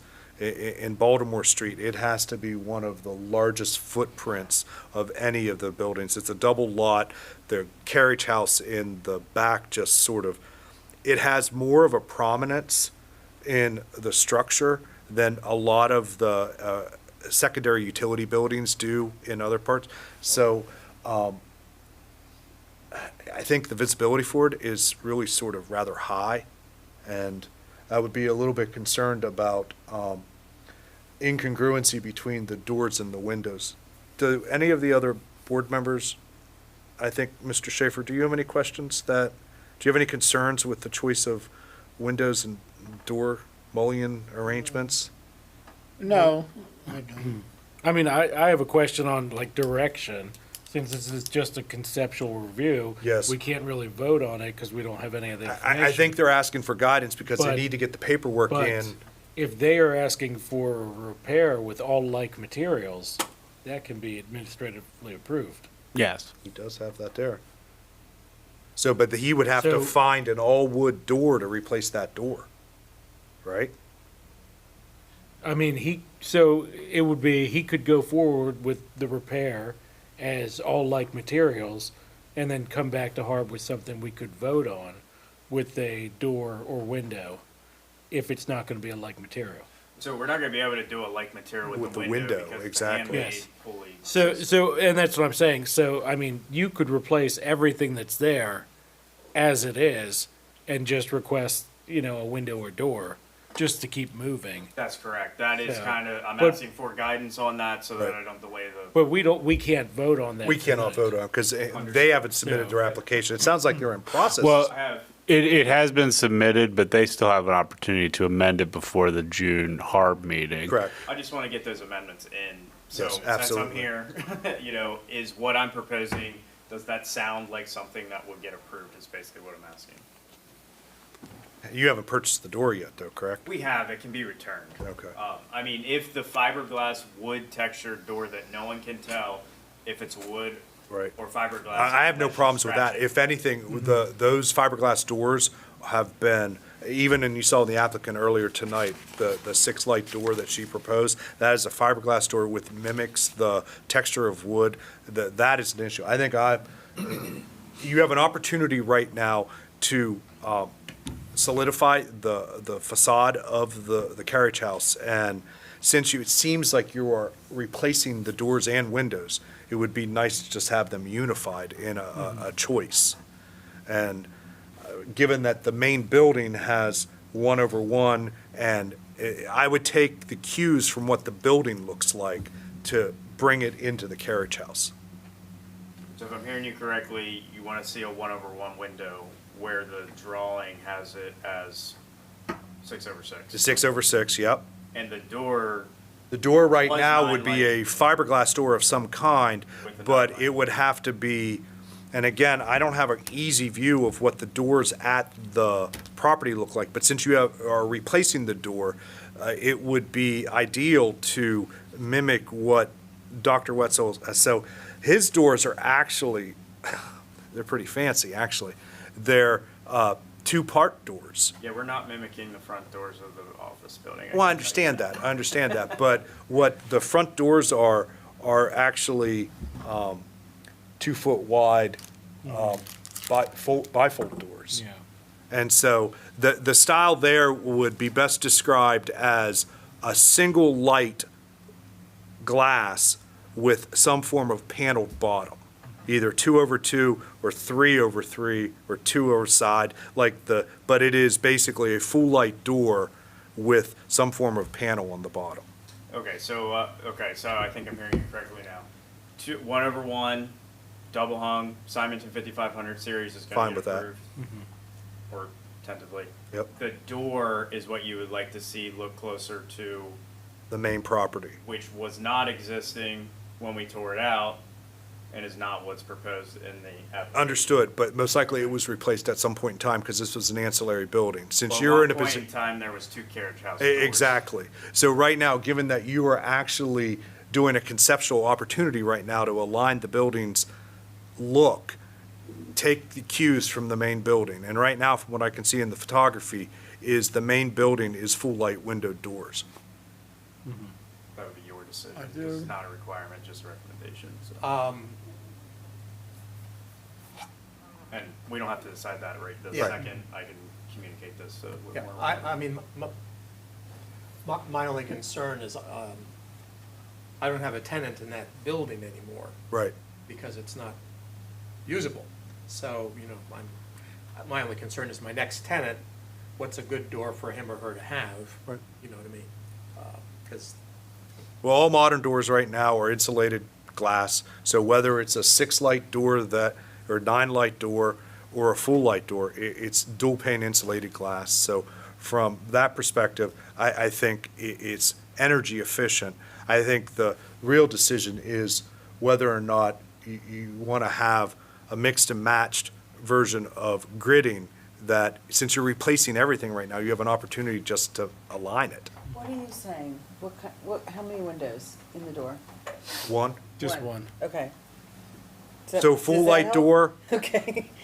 It's a lot of, yeah, yeah, just one window. just one window. Door with a window on top. Is there enough light in that building with that? Yeah, we're not gonna be adding any light by changing what we're discussing. Okay, all right, There's no difference other than gridding in the. okay. Just pull up. Full Yeah, light that's just one. fiberglass door. I think there's windows It's not on technically the full light, alley. it's half I'm light. sorry, I didn't hear you. Are there windows on the alley in that building? Oh, the driveway that runs to the alley or the back alley? The actual alley. The Are there back. other windows in that building? I would think so. Yeah. So Darren, the specific name is half-light fiberglass door. Let me see. Yeah, understood. Okay. Basically, it's your standard replacement It's door the exact same thing, just doesn't have. With no grids. grids with in no it. No grids grids. and the Correct. panels at the bottom. Yeah, Yep. okay. Yeah. I think we can make that work. Okay. The biggest thing is like, if we're saying that we're replacing like materials, it's like we're kind of contradicting ourselves, because we are replacing, we're actually, just so everyone's aware as well, we are actually using the original brick to do the repair. Oh. We did clean them, we found enough, any new brick we're gonna use in the rear Yeah. of the structural wall, so all the brick that will be seen will actually be the same brick that was used in the building. So. Can I ask a different question? Sure. Which is, I understand the replicability. Does HARB have an issue with having a solid door with no window panel at all in it? I don't. I'm asking just as a security matter, because, of course, I live part-time in Washington DC. Right. And having a door that has a window embedded in it is just something No, I have no issues with that. I mean, As long, just as a rule of thumb in Gettysburg, there's a lot of people who don't have keys to their houses. So if you Google, crime in the county, that may answer your question. Sounds like a realtor, doesn't it? But also, there's a window next to it. So if there's a window that they could pop open, or a door with a window, I don't think it matters. Well, So for security reasons, I think it doesn't matter. Yeah, I think well- it matters, what you think, and what's allowed. As long as you don't come back with a flush steel door, I think you're okay. But I think it could look like that. It could. It could. I think Because of that fiberglass window. would be the material choice versus steel. Wood would be preferred, but that's not a requirement. Again, we really want to facilitate you guys getting the structure back online, and I'm looking forward to the overall renovation project of the building. It is a grand house. For sure. Does that help clarify your questions? Yep, I'm good. I really appreciate you gentlemen waiting and being patient tonight to ask these questions. Thank you so much. Sure. Mr. Hartzell, what's the name of your company again? Hartzell Home and Garden Services. Okay. At this point in time, it appears we have finished with the business agenda for tonight. I am moving on to reports. Wait, I made a mistake earlier. I got confused on this. I want to go back to the consent and just, at 205 North Stratton Street, they're talking about a 6-foot-high, 6-foot-tall wooden fence, pine, dog-eared, flat top. Now, I know they're thinking that was approved. That's in a front yard. South? It's a corner lot, and if, Joe, if you look at yours, they're drawing on 205 North Stratton Street, they're doing a solid, according to this, 6-foot-tall wooden fence, which isn't allowed by zoning, just like the one at 201 Chambersburg Street had to do a 4-foot-high, 50% open. So there's your black line. They're asking for 72 foot of solid 6-foot-high fence right along there. I don't think that's allowed, and one, I don't think it looks very good. To have a 6-foot-high, that would be a front yard. But they have to comply to zoning requirements before they, because that's just, Yeah, that's not a front yard. That's What? a side yard. well, technically, but it does a front But it east. fronts the street. Yeah. It fronts a main street. And the zoning for R2, that's an R2 zone, it says that each of those streets must meet the front yard setbacks. So there was the issue with location. The fencing does have to be on the parcel boundary at a maximum or on their parcel. We had it as Because it's out in, according to that, it's out in the public way. Well, yes, they're showing the parcel view, the tax map. They're going to put the fence as close to their property boundary as they can. We had that discussion with the applicant that it is limited to the property boundary. If they have difficulty establishing where that is, that's on them to work with a property surveyor to fully understand where their property is. If it's on the public right-of-way, the borough reserves the right to rip it out. All right, so at 201 Chambersburg Street, which was the first one on the consent agenda, they were made to, or they elected to, they have the same lot, so to speak. They have a corner building, and they're sitting on two streets, and they were made on their backyard to make the one that would be fronting on the street 4 feet high and 50% open. When were they made to do that? Because their application says it's 6 foot tall. Well, the work is done. The work is done. Was that something that And came as they a zoning have- recourse, John? For 201 Chambersburg Street? Yes. No, the issue with that one was initially just once again, the location of the fencing, and in this case, we had the issue with the location of these shrubs, and if they were actually on their property or if they were municipal. But So, and just for my sake of If you like, go, process, Do they go through zoning first before they come to HARB for approval, or do they go through HARB first, then go to zoning for approval? So generally, we're looking at the zoning at the same time as we're doing HARB, like Okay. at the same time. When there's issues with, if issues are identified, we're still have the ability to review that. I can pull, if you want to give me a moment, I can pull up The question I'm leaning to, I was under the assumption that anything that's on HARB's agenda has met all zoning requirements. Yes. So then I'm confused, Mr. Schaefer. It appears you believe that there's a different requirement for these properties. Well, I'm learning that they're interpreting front yard differently than I. When it shows the R2 zone in the new zoning ordinance and in previous, they said corner lots at both front on streets Yes, are both treated as front yards. okay. That seems incongruent with having a 6-foot fence then. Yeah, so new provisions associated with fencing, 27-407. In residential districts, no fence shall be erected that is more than 6 feet in height, except as stipulated under paragraph B.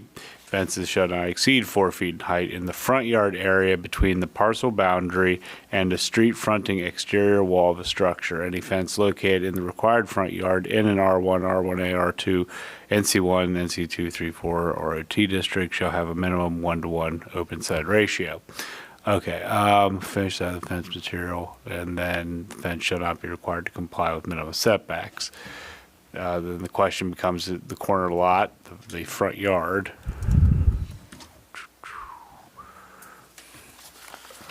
Outdoor places. So I don't know why 201 Chambersburg Street changed. I thought it was because of the zoning, because they do have now A a 4-foot. new fence up that's 4 foot high, 50% open, where they had originally asked for 6 foot high fences. That was solid. Did I just go past it? I just think a 6 foot high fence on that property will be very stark. Privacy fences are butted together, so there's a requirement to have 50. Yeah, permitted structures at property line, corner lot. So it is coming up as a front yard then on that. We'll need to go back and look at that. What would most likely occur is we'll go look at that and establish that the height and the screening requirement is in keeping with this requirement.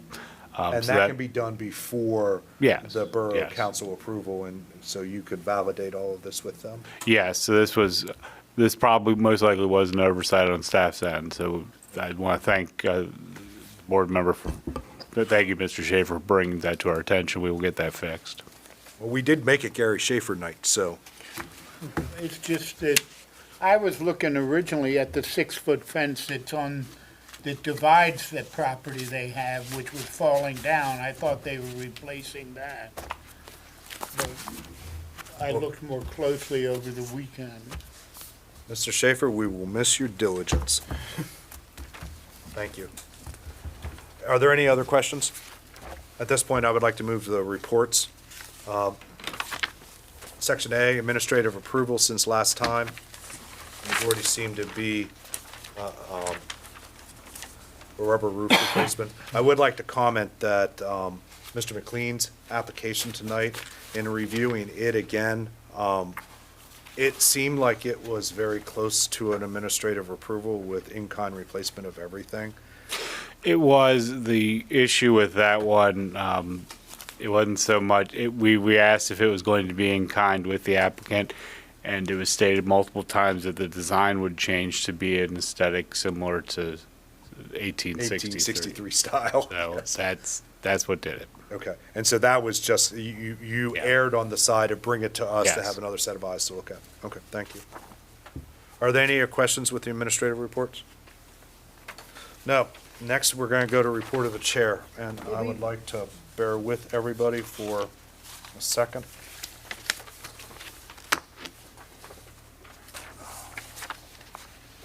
Can you pass this down to Karen, please? At this point in time, before the board proceeds with the staff report under section 8C, I would like to place several concerns into the public record regarding the proposed Chapter 11 Historic District Ordinance updates currently under consideration. These concerns should be viewed within the broader context of the borough recent zoning ordinance amended adopted in December 2025. Those amendments established a framework for permitting significant increases in the allowable building height through an incentive-based bonuses within portions of the historic district.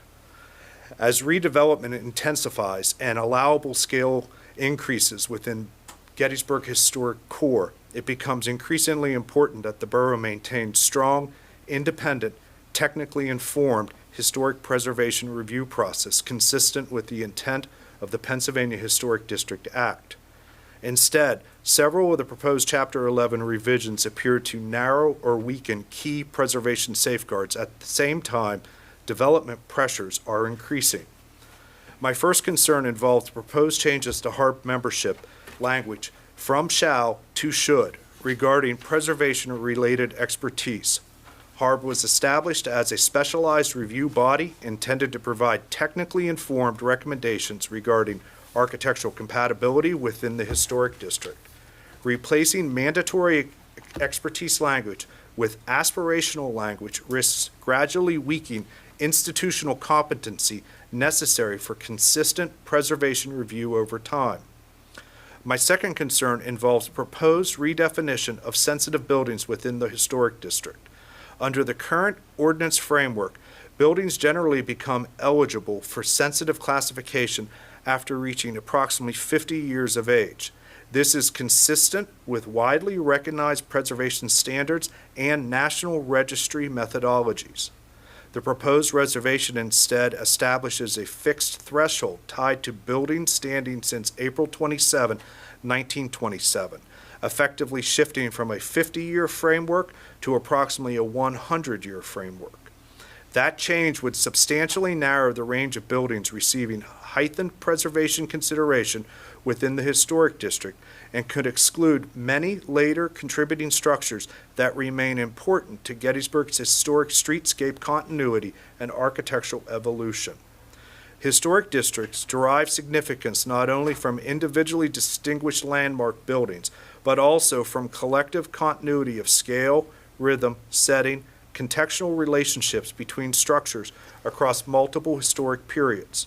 Incremental loss of those contextual resources is one of the primary ways historic districts are gradually compromised over time. My third concern involves compatibility review as it relates to increased building height and redevelopment intensity within the town center and in the historic district overall. Height, scale, massing are the most fundamental components of historic streetscape character. They directly affect pedestrian scale, skyline continuity, visual relationship between structures, and the overall integrity of the historic district. Historically, HARB's review has functioned as an important safeguard ensuring zoning allowance remain compatible with Gettysburg's historic architectural context.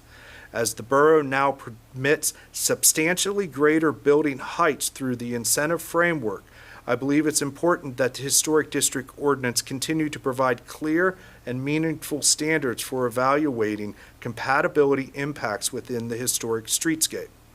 I also believe it's important to recognize that the continued expansion of administrative review authority for minor projects further emphasizes the need to preserve clear and meaningful standards for independent HARB review of larger compatibility and contextual issues.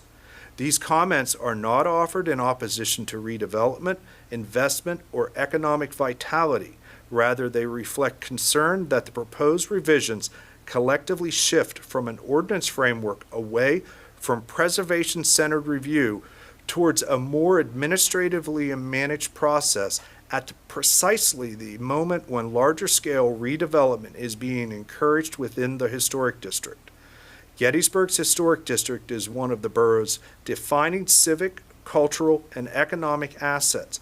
Its long-term integrity depends not only on visual architectural details, but on the preservation of historic scale, streetscape relationship, contextual continuity, and meaningful review consistent with the purpose and the intent of Pennsylvania's Historic District Act. I want those concerns entered into the record prior to the board's discussion of the staff draft.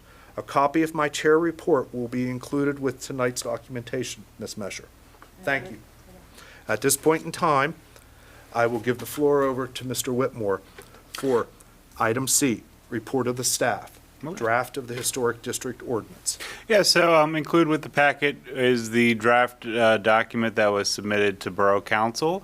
With the timeline that's been proposed, we're just asking for your comments on that draft, board members, by June 10th.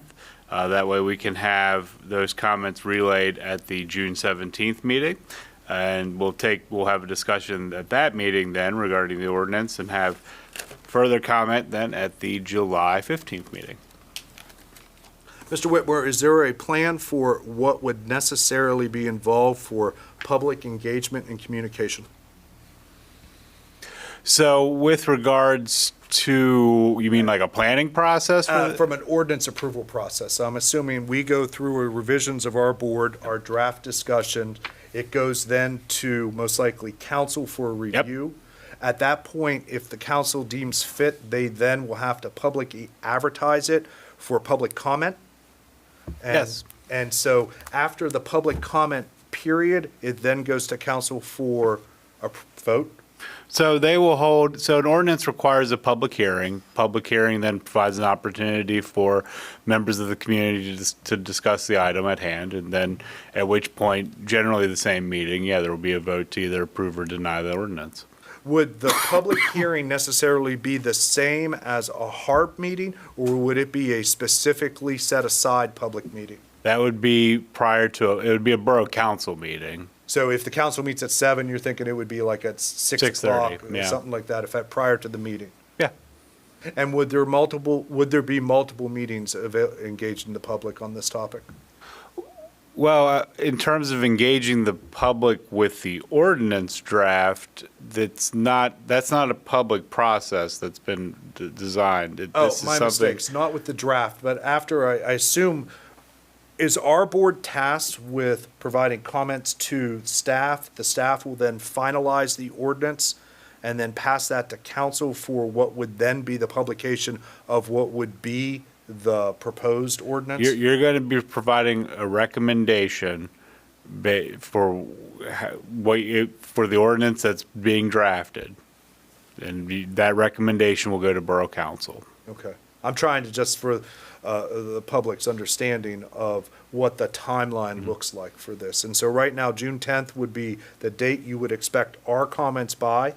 Well, just initial comments so we can have a thorough conversation on any additions or whatnot on the June 17th meeting, yeah. Okay. Are there any other questions of Mr. Whitmore by the board? I'll open it up to just a general discussion. When do you think the earliest possible finalization of this would be? Earliest September. So if there's a project out there. Get it in. No, get it in now. Well, I'm how many about projects that are almost there? Yeah. That would be big projects that would be affected by changes. A big project shouldn't be affected. If it's really what. Just out of curiosity, I'm just curious, that. So one of the things that we omit on our application, but we have been trying to do better at, is the Sanborn reference to the date of construction of the building. And so on tonight's properties, I believe 61, that's 1924. So all of the properties, or year 1924, 1896, 1912, all of the properties tonight were constructed prior to 1927. So all of the properties that were in our business agenda were still compatible with what is being proposed on a sensitive building designation. Anything after 1927 is no longer in scope of HARB review. That's not correct. Okay. Anything after 1927, after that, the Panic Act and whatnot. Yes.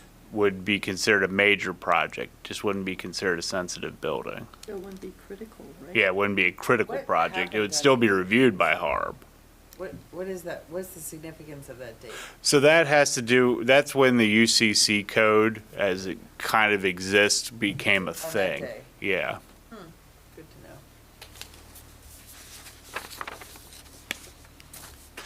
know. This was a suggestion, as there are a number of, actually, most of the borough could be considered a historic district. It isn't a federal historic district. It is. You end up with situations where, especially most of our single-family detached dwellings that were built in the 70s are now sensitive buildings. I mean, yes, it could be argued that that some of these properties are providing historic significance. The problem we run into is defining when that historic significance really occurs. As we're all aware, there's an organization that likes to buy structures within the borough, knock them down, and turn it into what it looked like in 1863. So that's something we have to be cognizant about with the borough thinking about the ability for us to have structures, have a tax base to be able to establish a future, as opposed to basically being a scenario where everything can't be changed. So that's something we're getting from council. This council, Borough council, yes. the current borough council, Yes. for 50-plus years, we are at our 51st year of the historic district. The councils prior seem to have a different opinion. And I am trying to get a confirmation, I am almost positive, John, that the designation of sensitive changes the review process.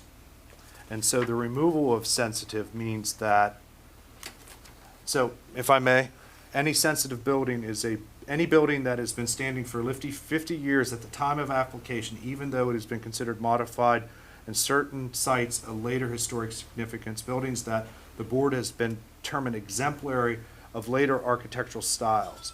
Other buildings in the historic district are considered non-sensitive.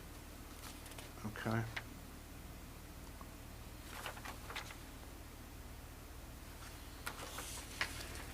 So right now it is, you're maintaining that even with the change of the sensitive designation, one of the things that in the redraft of the ordinance is the update of the project categories. I think we're all in agreement that the definitions for critical project, major project, minor project need modernized, along with just sort of clearing the language. And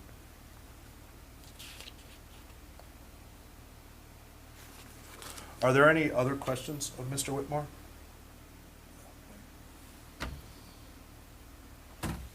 So I think you have the timeline of when, and John, I take it you would like comments by board members submitted how? Just via email would be great by June 10th. Email by June 10th. Okay. Are there any questions on this topic? I'm looking at, that was the last item on the report of the chair. There is a secondary part on this. It says staff draft and boundary map options. Yeah, I didn't include that. I didn't have the capacity and the timing to complete the map. Basically, the idea would be to, my understanding would be to have the map that was proposed by the chair to increase the district would be something that the board would want to And so we need to review what the finalized, I know Suzanne, you had questions around, I think an early version of the map had put the boundary lines further into your neighborhood. And so I think finalizing the proposed Seminary Ridge Historic District boundaries, I think is what you're trying to finalize. And that's a separate item though, from what I understand, or would that be part of the ordinance approval process? It would be part of the ordinance, so that this time staff is asking for guidance on that. Okay. Okay. I have no more questions on this. Are there any other? And Ms. Sipperly, you've been sitting patiently in the background there. I'm assuming you were waiting for the last public comment, or are you Okay. I didn't know whether Whitmore was going to give a presentation or if you were just going to. So for your reference, he provided us the draft proposal with the staff red lines through it. It shows in detail. Got in the agenda packet. Yes, and it also has the presentation as well. I think given the late hour, these, I was partly just wondering about the process and you just laid that out. one possibility is just for the sake of, do you feel it's necessary that maybe we motion to continue this discussion to the next board meeting and put it No, it's on- not necessary. It is not necessary? Okay. You prefer to do this ad hoc where board members just provide you our comments directly? Yep, and that way we will have it as an agenda item, a formal agenda item at the next month meeting. If you would, I actually would like to entertain a motion to continue this discussion at our next future meeting so that it is actually on the agenda specifically. One of the things I would like to do, by tabling the motion now, we can actually move this element further into the meeting. So that instead of having it at 9 o'clock at night where everybody is thoroughly exhausted, it actually is under the old business section. Is anybody interested in Maybe doing that? for the applicants, if we have applicants at the next meeting, we Yes. would have this discussion first. and It then- would. It would. And I think that would provide an opportunity for the public to actually see the process as it unfolds. I thought a couple of us won't be here, including me. So that sounds like you will make a motion to, No, I'm just saying, I thought you were also one of them. right now, I am changing my plans. Okay, all right, just a reminder about summer vacation. Yes. Speaking of which, is anybody else not going to be present at the next meeting? What is the date? The date of the next meeting is. June 17th. 17th, I think I'll be here. I might not be here. Yeah. Making that decision on the fly.